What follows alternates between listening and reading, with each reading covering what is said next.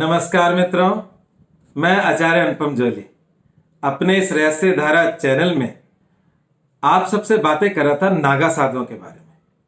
ये नागा साधुओं का एक वीडियो मैं डाल चुका हूं, उसी कड़ी का ये दूसरा वीडियो है। पिछली कड़ी में आप लोगों ने जाना कि नागा साधुओं के नियम क्या होते हैं, उनके नागा साधु बनने की प्रक्रिया क्या होती है और उनका लाइफस्टाइल क्या होता है। ये सब हमने डिटेल में जाना था। अब इस वीडियो को जरूर देखें, क्योंकि इस वीडियो में नागा साधुओं का जो इतिहास था उसके बारे में चर्चा करेंगे और जिन अखाड़ों के तहत नागा साधु बनते हैं वो अखाड़ों के बारे में चर्चा करेंगे। कितने प्रकार के अखाड़े हैं, कब उनका सृजन हुआ और उनके क्या हिसाब किताब है। चलिए विस्तार से जानते हैं और समझते हैं इस सारे विज्ञान को। देखिए, भारतीय सनातन धर्म के वर्तमान स्वरूप की जो नींव है हम सब जानते हैं कि वो आदिगुरु शंकराचार्य ने रखी थी। और आदिगुरु शंकराचार्य का जन्म 8वीं शताब्दी के मध्य में हुआ था, जब भारतीय जनमानस की दशा और दिशा बहुत बेहतर नहीं थी। भारत की धन संपदा से खिंचे तमाम आक्रमणकारी यहां आ रहे थे। कुछ उस खजाने को अपने साथ वापस ले गए तो कुछ भारत की दिव्य आभा से ऐसे मोहित हुए कि यहीं बस गए। किंतु कुल मिलाकर सामान्य शांति व्यवस्था बाधित थी। ईश्वर, धर्मशास्त्रों को, तर्कशास्त्र और शास्त्र सभी तरह की चुनौतियों का सामना करना पड़ रहा था। ऐसे में शंकराचार्य जी ने सनातन धर्म की स्थापना के लिए कई कदम उठाए, जिनमें से एक था देश के 4 कोनों पर 4 पीठों का निर्माण करना। यह थी गोवर्धन पीठ, शारदा पीठ, द्वारिका पीठ और ज्योतिर्मय पीठ।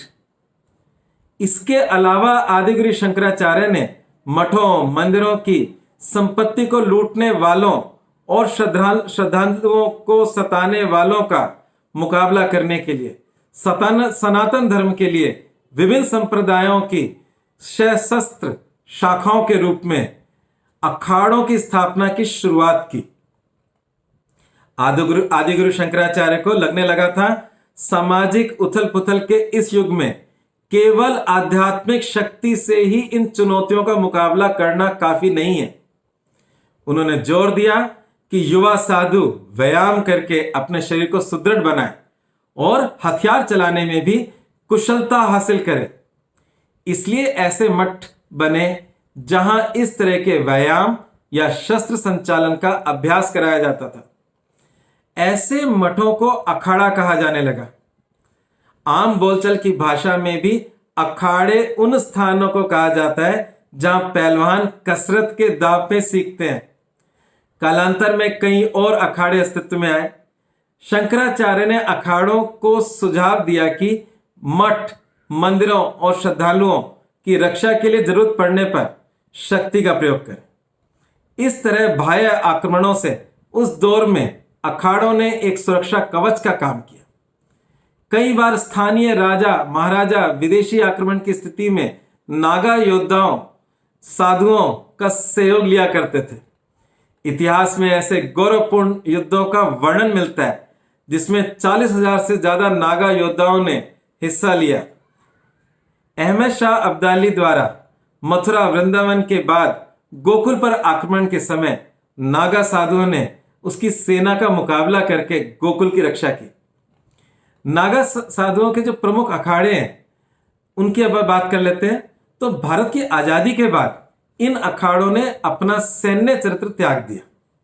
इन अखाड़ों के प्रमुख ने जोर दिया कि उनके अनुयायी भारतीय संस्कृति और दर्शन के सनातनी मूल्यों का अध्ययन और अनुपालन करते हुए संयमित जीवन व्यतीत करें। इस समय करीब 14 प्रमुख अखाड़े हैं, जिनमें प्रत्येक के शीर्ष पर महंत आसीन होते हैं। इन प्रमुख अखाड़ों का संक्षिप्त में थोड़ा सा समझने की कोशिश करते हैं, जिससे आपको हर एक का नॉलेज कुछ ना कुछ मिल जाए।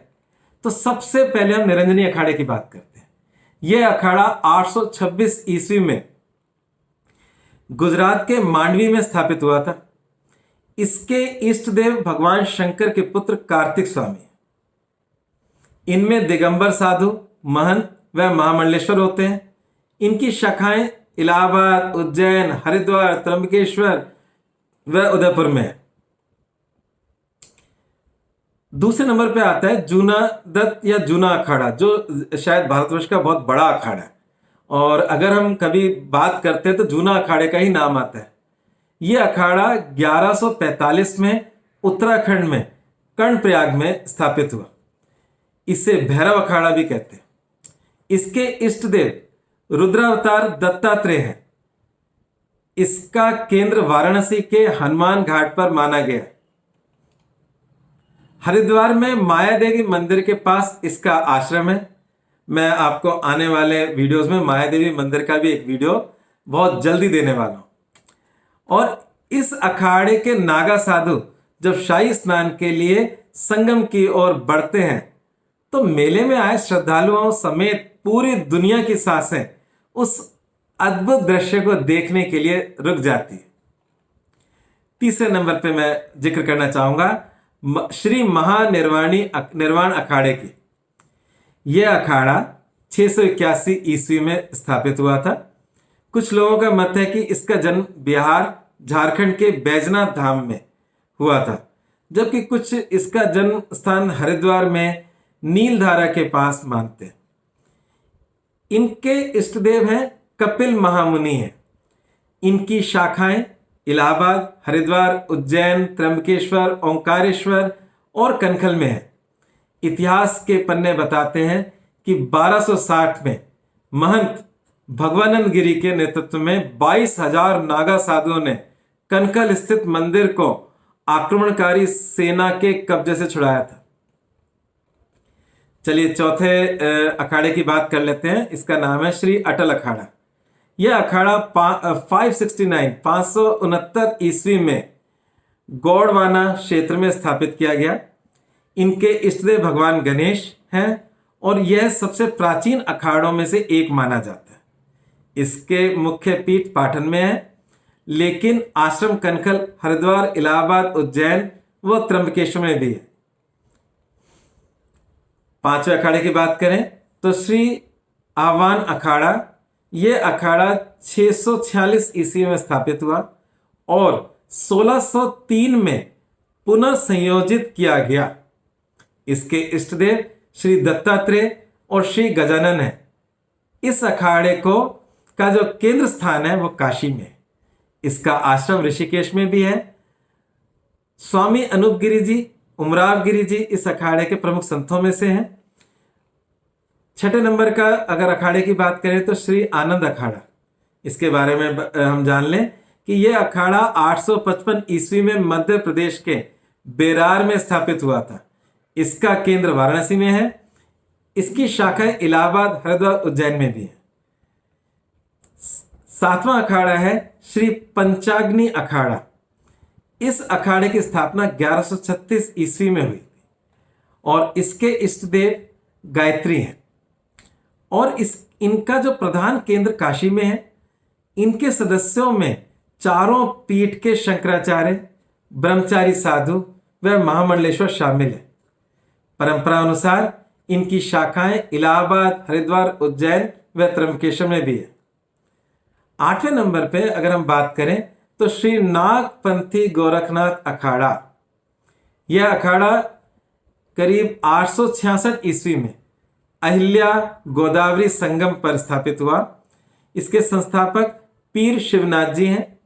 इनका मुख्य दैवत गोरखनाथ है और इनके 12 पंथ हैं। यह संप्रदाय योगनी कौल नाम से प्रसिद्ध है और इनकी त्र्यंबकेश्वर शाखा त्र्यंबकंठ मठिका नाम से प्रसिद्ध है। त्र्यंबकम मठिका नाम से प्रसिद्ध है। तो ये इस प्रकार से हमने 8 अखाड़ों के बारे में जाना। अब 9वें अखाड़े की बात करें तो उसका नाम है श्री वैष्णवी अखाड़ा। यह बालानंद अखाड़ा सन 1595 में दारागंज में श्री मध्य मुरारी में स्थापित हुआ। समय के साथ इसमें निर्मोही, निर्वाणी खाकी आदि 3 संप्रदाय बने। इसका अखाड़ा त्र्यंबकेश्वर में मारुति मंदिर के पास है। 1884 तक शाही स्नान त्र्यंबकेश्वर में ही हुआ करता था, परंतु 1848 में शैव व वैष्णव साधुओं में पहले स्नान कौन करे इस मुद्दे पर झगड़े हुए और श्रीमंत पेशवा जी ने यह झगड़ा मिटाया। उस समय इन्होंने त्र्यंबकेश्वर के नजदीक चक्र तीर्थ पर स्नान किया। 1932 में यह नासिक में स्नान करने लगे। आज भी यह स्नान नासिक में ही होता है। 10 नंबर पे अखाड़ा आता है श्री उदासीन पंचायती बड़ा अखाड़ा। इस संप्रदाय के संस्थापक श्री चंद्र आचार्य उदासीन है। इनमें सांप्रदायिक भेद है। इनमें उदासीन साधु महंत व महामंडलेश्वरों की संख्या ज्यादा है। उनकी शाखाएं जो है वो प्रयाग, हरिद्वार, उज्जैन, त्र्यंबकेश्वर, भदैनी, कनखल, साहिबगंज, मुल्तान, नेपाल व मद्रास में भी है। 11वें नंबर पे श्री उदासीनी नया अखाड़ा। इसे बड़ा उदासीन अखाड़ा के कुछ साधुओं ने विभक्त होकर स्थापित किया। इनके प्रवर्तक महंत सुधीर दास जी थे। इनकी शाखाएं प्रयाग, हरिद्वार, उज्जैन, त्र्यंबकेश्वर में। 12 नंबर पे अखाड़े की बात करें तो श्री निर्मल पंचायती अखाड़ा। यह अखाड़ा 1784 में स्थापित हुआ। 1784 में हरिद्वार कुंभ मेले के समय एक बड़ी सभा में विचार विनिमय करके श्री दुर्गा सिंह महाराज ने इसकी स्थापना की। इनकी इष्ट पुस्तक श्री गुरु ग्रंथ साहिब है। इनके सांप्रदायिक साधु महंत व महामंडलेश्वरों की संख्या बहुत है। इनकी शाखाएं प्रयाग, हरिद्वार, उज्जैन और त्र्यंबकेश्वर में। 13वां अखाड़ा है निर्मोही अखाड़ा। निर्मोही अखाड़े की स्थापना 1720 में रामानंदाचार्य ने की थी। इस अखाड़े के मठ और मंदिर उत्तर प्रदेश, उत्तराखंड, मध्य प्रदेश, राजस्थान, गुजरात और बिहार में है। पुराने समय में इसके अनुयायियों को तीरंदाजी और तलवारबाजी की शिक्षा भी दिलाई जाती थी। ये तो हो गए 13 अखाड़े मुख्य। जब मैंने एक वीडियो किन्नर अखाड़े का भी डाला, आप सबने देखा होगा, जो मैं पहले डाल चुका हूं। तो ये जो किन्नर अखाड़ा है, जो हिंजड़ा समुदाय की बात करें, इनके द्वारा करीब, अभी बहुत पुराना नहीं है, अभी 2018 में स्थापित किया गया। और ये अखाड़ा हिंदू कहीं ना कहीं धार्मिक आदेश, मतलब एक तरीके से हम लोगों की एक परंपरा का हिस्सा माना गया। ये जूना अखाड़ा के पंचदश नाम जूना अखाड़ा के अधीन है। संगठन ने 2019 कुंभ मेले में अपना प्रदर्शन किया है। संगठन हिंदू धर्म और एलजीबीटी विषयों की चर्चा को बढ़ावा देता है। हमारे यहाँ पर किन्नरों को पूजा गया। तुलसीदास जी के एक श्लोक में भी इनका जिक्र आता है और शिव के दूतों के रूप में भी माना गया है। किन्नरों से आशीर्वाद लेना बहुत ही शुभ फलदायी माना जाता है। तो किन्नरों को हमारे अखाड़े में शामिल कर भारत देश के अंदर हमारी जो वसुधैव कुटुंबकम के साथ साथ जो एक तरीके से हर किसी का समावेश यहाँ पर माना जाता है कि जो आत्मा होती है उसका कोई जेंडर नहीं होता, तो सभी समान है, उसको मध्य में नजर रखते हुए इस अखाड़े की स्थापना हुई। और ये एक बहुत अच्छी पहल है मेरे हिसाब से। तो इस प्रकार से हमने मुख्य 14 अखाड़ों के बारे में जाना। हो सकता है मेरे डेटाबेस में कोई छोटी मोटी कमी हो तो उसके लिए मेरी क्षमा करना। मैक्सिमम नॉलेज मैंने आप लोगों को देने की कोशिश की है इस वीडियो के द्वारा। अगर मेरे वीडियोस ये ज्ञान के अगर आपको अच्छे लगते हैं तो मेरे चैनल को सब्सक्राइब करना मत भूलें और लाइक भी करें और शेयर भी करें और दुनिया तक इन सब्जेक्ट्स को पहुंचाएं जहां पर ज्ञान, अध्यात्म, रहस्य विद्याएं, ज्योतिष, रमल, इन सब की चर्चाएं समय समय पे होती रहेगी और आपको नए नए विषयों पर जानकारी देता रहूंगा। हालांकि विषय एंशंट है, उनको नए तरीके से जानकारी मैं इस अपने चैनल के द्वारा देता रहूंगा। आज बस इतना ही। धन्यवाद।